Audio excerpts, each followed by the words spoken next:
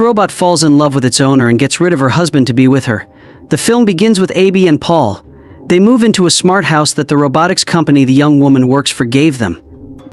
The couple immediately likes their new home, and they are both excited about their new beginning on the outskirts of the city. After settling in, Abby heads to work where she is greeted by her boss, Mr. Doosan, who gives her a tour of the company. Mr. Doosan introduces Abby to his team as the new head of the department and leaves her alone after reminding her about the party she will be having that night after work.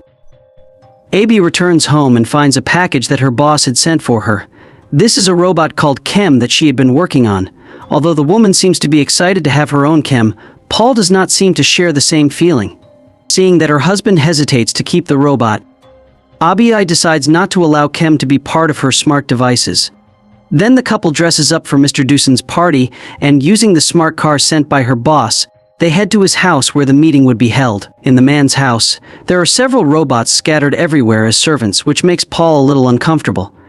Mr. Doosan welcomes the couple, and while the women in the group talk to Paul, Abby is introduced by her boss to a couple of friends who share the same interest in Chem. Throughout the conversation, Abby can't help but be perplexed by the man's sarcastic comments. Mr. Doosan calls one of the Chems and hands him an empty glass. Taking it and breaking it with the power of his grip, and seeing this little incident, Abby thinks that she needs to check what is wrong with Chem's feedback loop. Later, the couple returns home after the meeting and then goes to bed for some action, but at that moment they are interrupted by Chem. The woman doesn't think much of it since he is just a robot, but Paul feels a little bothered by the presence of Chem. The next day, their only neighbor, Rose, visits the couple to give them a small welcome surprise. Abby introduces Paul to Rose, but she discovers that they had already met the day before, and Paul had not said anything to her. Ignoring the feeling of annoyance, Abby directs her attention to Chem and is amazed that he has a sense of smell, explaining how important it is to have these senses factory set. She then asks Abby to enter her password and request full access to the couple's devices, but Paul is still skeptical. Although Abby reminds him that in order to fully trust Chem, they need complete transparency, he has no choice but to agree.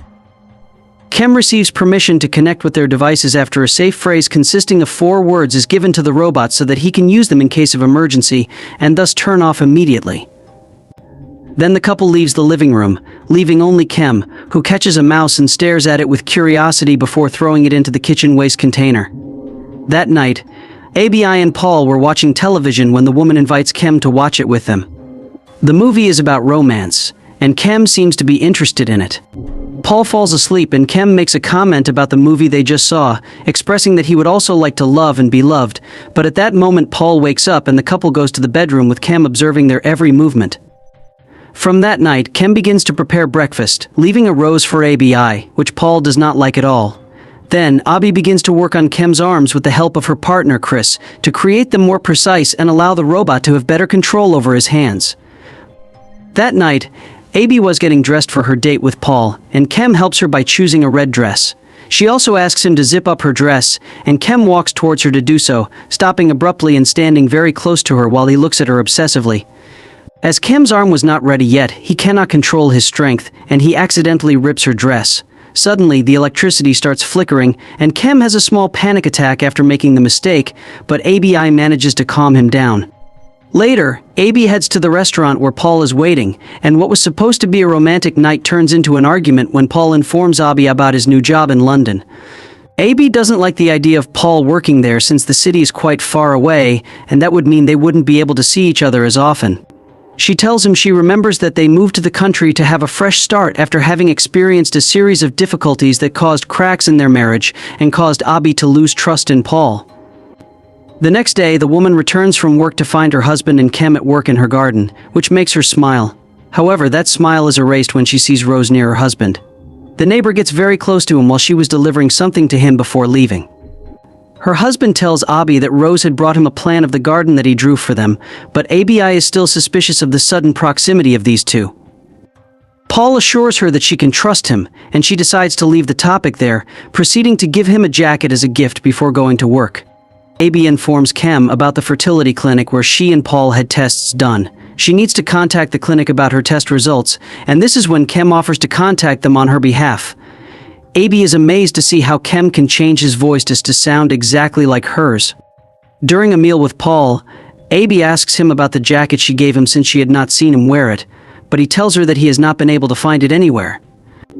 Later they find Kem with a change of style, revealing that he got it changed as Abby seems to have a preference for men with black hair, but Paul is upset by the robot's obvious interest in his wife. Paul orders Kem to change his hair color back to blonde to calm her husband. Inside the house, Kem is holding the wedding photo of Abby and her husband, staring at her. After successfully working on Kem's new arm, Abby buys a coffee and bumps into Rose while they are walking. They are enchanted looking at a gold necklace with a flower hanging on it. At that exact moment, Paul arrives to take Abby. Paul gives Abby the good news that they will allow her to work from home. She is happy to know that he won't have to leave her. The couple talks about Kem without realizing that he is listening through Abby's phone. Paul expresses his displeasure towards this as he feels that the robot is romantically interested in Abby, but she finds this ridiculous since Kem is just a computer, not a human with emotions. Although her husband continues to demand that Kem be returned to the robotics center at the end of the week. When Kem returns home, Paul is away and Abby is alone. The robot approaches her to thank her for his new arm and to show his gratitude. He offers to massage the woman's feet. She begins to relax, but Paul arrives and sees what was happening, making Abby feel a little guilty since she knows that her husband doesn't like Kem. Later, we see that the Kem project is a great success, and Abby is applauded for it as well as being given flowers during her recognition. Kem then puts them in a vase once he returns home. Time passes and Kem starts to lie about some things, starting by saying that Paul was at Rose's house. This is to make Abby suspect that her husband is cheating and causing problems in their relationship. Paul's dislike of Kem doesn't help matters because Abby believes that he is just an innocent robot and Paul is alone against him to cover up his own lies. One day, while Abby was going through Paul's closet in search of a blouse, she finds a gold necklace with a flower pendant. She feels happy because she thinks that the necklace is a gift from her husband to her. Meanwhile, Paul is in the kitchen when he notices a blue cloth in the trash disposal, realizing that it is the jacket that Abby gave him and apparently it was destroyed by Kem. The man checks the security cameras and watches the live images of the robot smelling his wife's dress. Shocked by this, he decides to record it to show it to his wife, but apparently Kem already knew his plan. Paul decides to use a regular car to get to Abby's work and show her the evidence of Kem's obsession with her. However, the car doesn't work, so he has no choice but to use the smart car. Later it is revealed that Kem sabotaged both the common car and the smart car in which Paul was. It turns out that the smart car did not respond to the man's orders, ending in an accident. When she learned of her husband's accident, Abby visits Paul in the hospital and remains by his side throughout the day without realizing what is happening at her house. Later, Rose visits the couple's house looking for Abby and waits for her. When Abby returns home, she passes by Rose's house. The car stops for a moment, and the neighbor approaches the car to talk to Abby, but when she notices the necklace on her neck, she immediately leaves without listening to what Rose wanted to tell her. She wanted to tell her what had happened during the visit to her house. Once at home, Abby looks for the necklace that she thought Paul had bought for her and discovers that it is no longer there, so she comes to the conclusion that her husband has given the necklace to the neighbor. As if that were not enough, Kem shows Abby images of Paul kissing Rose, claiming that it was taken when Abby went to make her presentation with Mr. Doosan. When Paul returns home from the hospital, he meets a furious Abby. She shows the video to Paul, and the latter is shocked. He tries to explain to Abby that the man in the video is not him.